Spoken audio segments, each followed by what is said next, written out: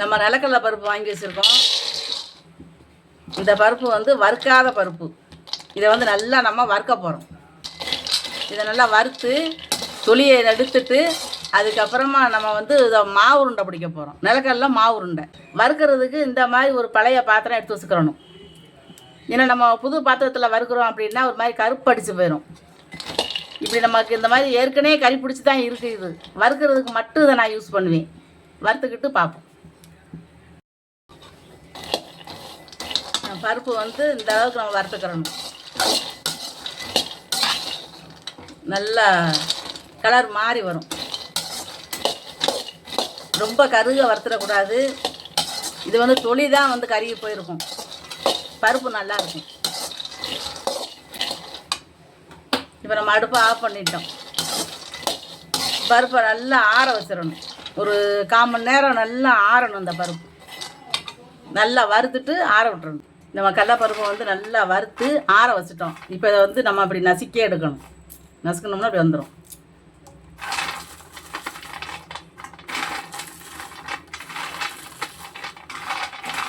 இப்படியே நம்ம வந்து வெளியே செதறி ஓடிடாத அளவுக்கு இப்படி கசக்கி விடணும். 2 கைட்டையும் கசக்கலாம்.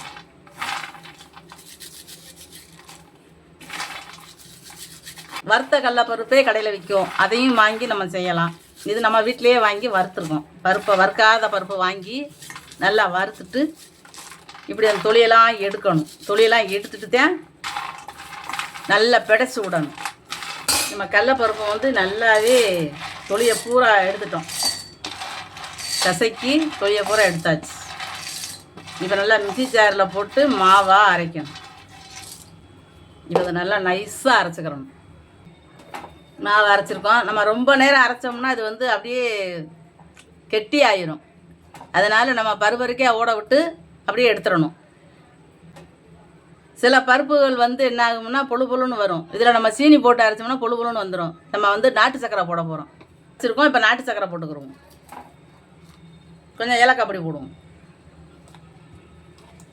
ஏலக்காய் பொடி போடணும்னு அவசியம் கிடையாது. போடணுன்னா போட்டுக்கலாம். அவ்வளோதான்.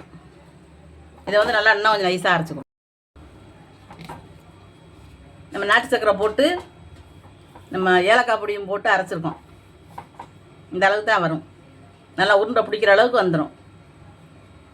இப்போ நம்ம ஒரு பாத்திரத்தில் வலித்து போட்டுட்டு உருண்டை பிடிப்போம். நம்ம மொத்தமாக அரைச்சி எல்லாம் இந்த மாதிரி இருக்குது.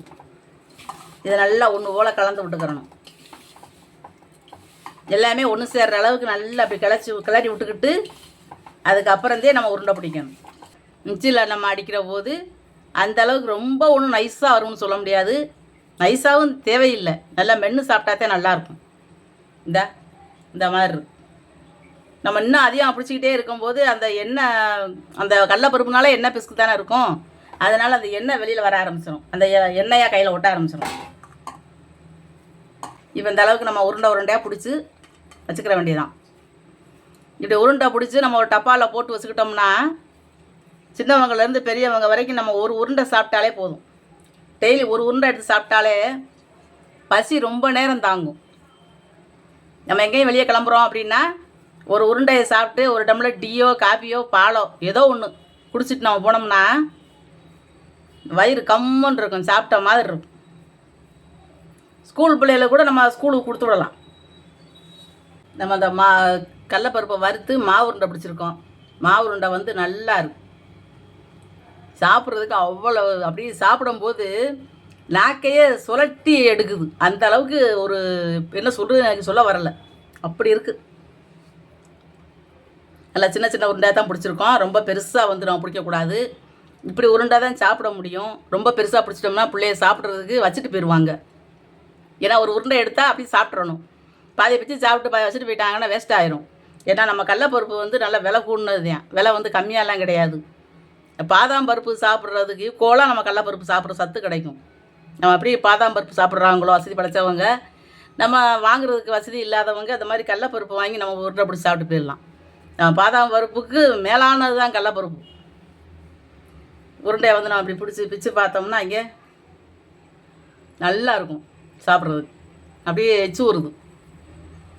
இந்த மாதிரி நீங்களும் செஞ்சு வச்சுக்கோங்க. ஒரு பாத்திரத்தில் வச்சுக்கோங்க. பிள்ளைய எப்போ எப்போ கேட்குறாங்களோ அப்போ எப்போ கொடுங்க.